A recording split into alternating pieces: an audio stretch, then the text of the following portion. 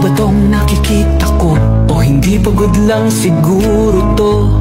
Bakit binabarikadahan, sinisigawan ng dating pinunong bayan ng isang taong kamukha nung sa parisan? Syudad nila na minsang aktibo sa karahasan, ngayong malinis at progresibo kaysa sa ilan.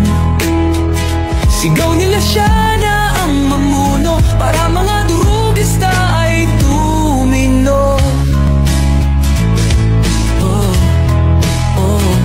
Dating pinupuri, tinitingala, nagbigay dangal sa lahi.